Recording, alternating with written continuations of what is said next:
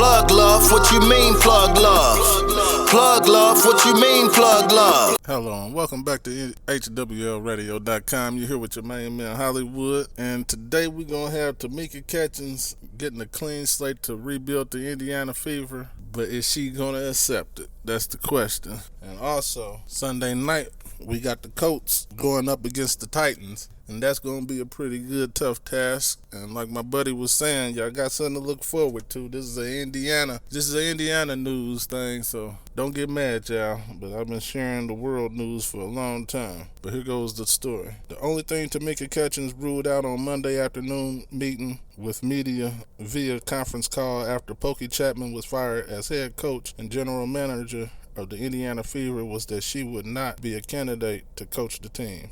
Absolutely not, she said with a chuckle, reaffirming her long-held desire not to patrol the sidelines. But whether Chapman will be replaced by one or two people who will be making the final call on basketball personnel matters and even things like style of play remain up in the air as the process begins in earnest. While much of the conversation about Chapman's tenure in Indiana has looked at the 3 years she spent in charge, Catchings repeatedly returned to the idea that 2019 was a clean slate and that she, in conjunction with President COO Allison Barber and Fever ownership, evaluated the culture and results of a single year, the ability to see it up close seeming to matter more than a larger sample size from afar. Asked about when the decision was made, one that caught several members of Chapman's staff off guard, Catchings said the evaluation had been going on all season long. But while Catchings is open to the idea of having a one person occupy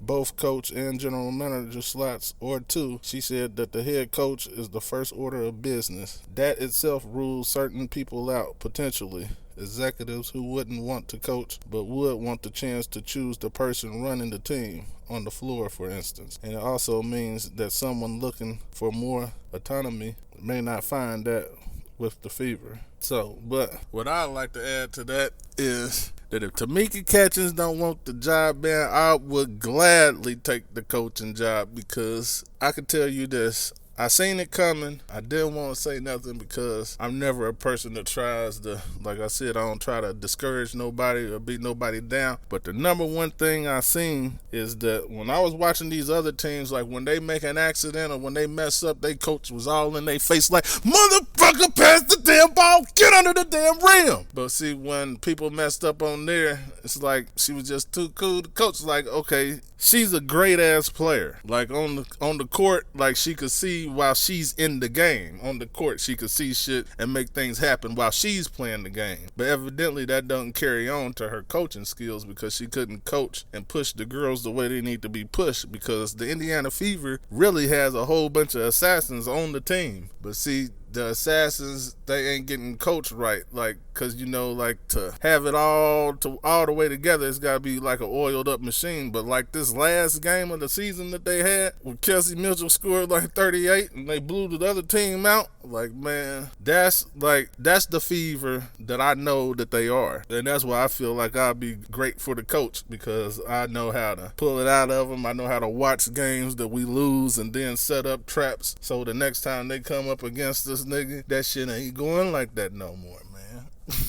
But you know, that's all that it was. I was like, man, she's the X-Men without, the Indiana Fever is like the X-Men without Xavier. Is his name Xavier? That's who they are right now. Like, if they get an Xavier type coach, Indiana Fever will be in the playoffs next year. They might even be playing for the damn championship. But that's how good they are. Even though they was missing Victoria Vivens. But Victoria Vivens, Tierra McGow, when y'all see them, Victoria done already figured out the WNBA. Tierra's just settling into it. So next season, that right there is already going to be a problem for people, and they don't even know it yet. But that's going to be the show for today, so make sure you go over to HWLRADIO.COM, download the radio station app, make sure you check out the sponsors page, and all the links is down below if you want to support, and make sure you hit that like, share, and subscribe button. And I'm out.